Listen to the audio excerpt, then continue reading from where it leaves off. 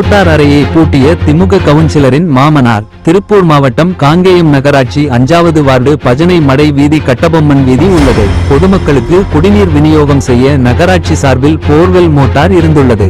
இதில் திமுக கவுன்சிலராக உள்ள மீனாட்சி என்பவரின் மாமனார் மோட்டார் அறையை பூட்டியதாக கூறப்படுகிறது. இது குறித்து திமுக கவுன்சிலர் அவரது கணவருடன் அப்பகுதி மக்கள் வாக்குவாதத்தில் ஈடுபடும் வீடியோ வைரலாகி வருகிறது. தங்கம் விலை மேலும் சரிவு.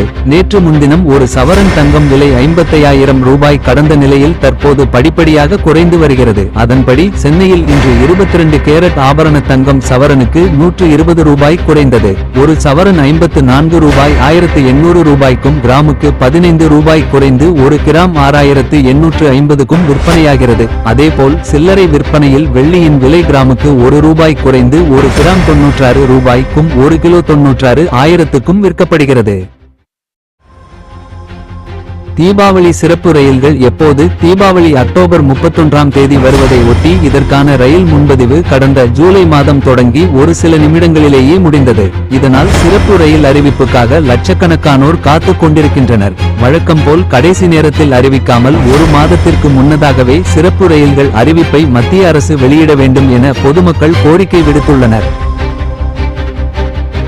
தீவிரவாதிகளுக்கு ஆயுதங்களை வழங்கிய உக்ரைன். சிரியாவில் செயல்படும் ஹயாத் தஜ்ரி அல்-ஜாம் என்ற தீவிரவாத அமைப்புக்கு உக்ரைன் அரசு ஆயுதங்களை வழங்கி உள்ளதாக தகவல் வெளியாகி உள்ளது.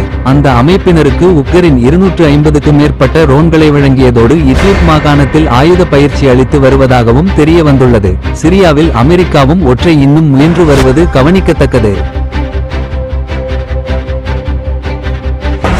சாலையில் கார் கவிழ்ந்து விபத்து. திருப்பூர் மாவட்டம் தாராபுரம் அருகே உள்ள சாலை கடை அருகே தும்மச்சிபாளையம் என்ற இடத்தில் சாலையில் சென்று கொண்டிருந்த சொகுசு கார் திடீரென கார் கட்டுப்பாட்டை இழந்து சாலையோரத்தில் பிறகு விபத்து ஏற்பட்டது. அதிர்ஷ்டவசமாக இந்த விபத்தில் காரில் பயணம் செய்த ஒருவர் லேசான படு காயத்துடன் உயிர் தப்பினார். இதுகுறித்து போலீசார் விசாரணை மேற்கொண்டு வருகின்றனர்.